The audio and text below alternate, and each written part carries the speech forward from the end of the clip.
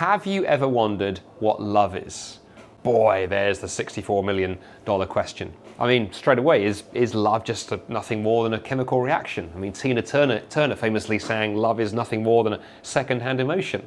And I guess if we live in a godless universe where we are nothing more than bags of chemicals dancing to our DNA, there is really no such thing as love. There's our genes and our biology tricking us into thinking it's love, because really the whole point is that we would mate, so reproduce and pass our DNA on to the next generation. But I don't think most of us would be happy with that definition. So what is love?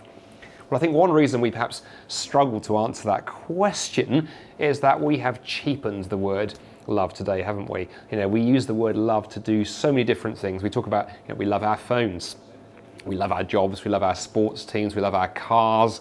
We use the word love to mean so many things and expect the same word to do service to something deeply intimate.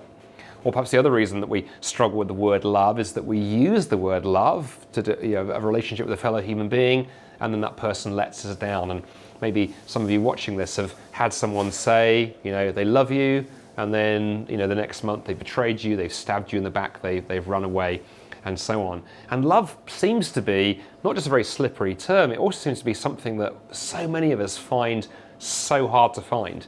And again, I appreciate some of you watching this maybe sit there thinking, I've never really known what love is. Tragically, I think some of the people to whom this so often happens are ironically the richest and the wealthiest, the most influential people in our society. Sometimes if you are someone who's famous or you're a celebrity, the danger is you have so much money and so much wealth, people and influence, people fall in love with those things and not you, or you project this image to the world and people fall in love with the image and not the person behind it.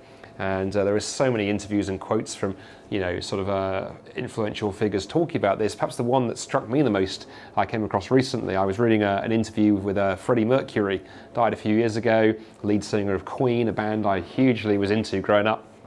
And Freddie Mercury, who when he was alive was massively famous, massively wealthy. But listen to his words, tragic. He says, "You can have everything in the world and still be the loneliest person. And this is the most bitter type of loneliness. Success has brought me world idolization. It's brought me fame. It's brought me millions of pounds, but it has prevented me from experiencing what we all need, a loving, ongoing relationship." So how do we solve this problem? How do we really find a love that lasts, a love that's secure, a love that we can rely on, that's not going to be here today and gone tomorrow?